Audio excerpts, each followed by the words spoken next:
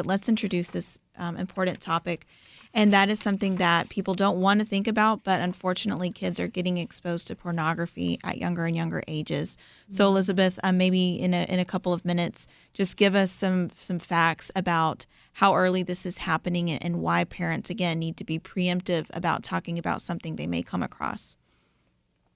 Yes, well, researchers don't agree on the average age of exposure to pornography. There's statistics that range anywhere from the age of 7 to 11.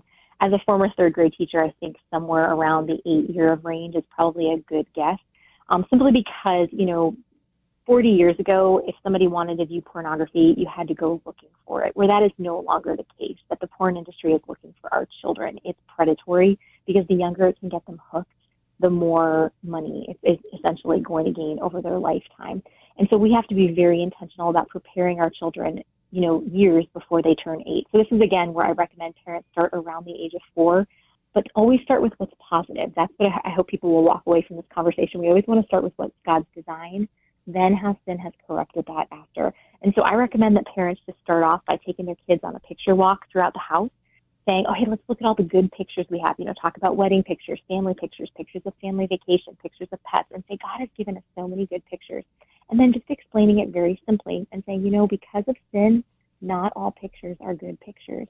And you can explain that these bad pictures are when people take pictures or videos of others without clothing covering the special parts of our body that a bathing suit was designed to cover. And then we can say, if you ever see a picture or a video that's a bad picture or a bad video, I want you to do 3 things. I want you to stop, run, and tell.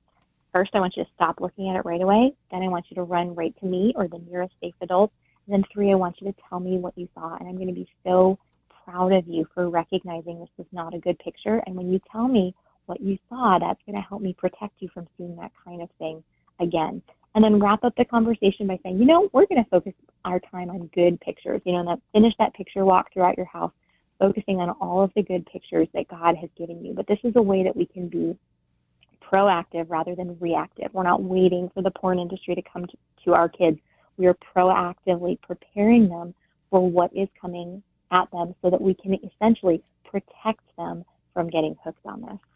That is so wise. Again, we are talking with Elizabeth Urbanowitz. Her book is Helping Your Kids Know God's Good Design, 40 Questions and Answers on Sexuality and Gender.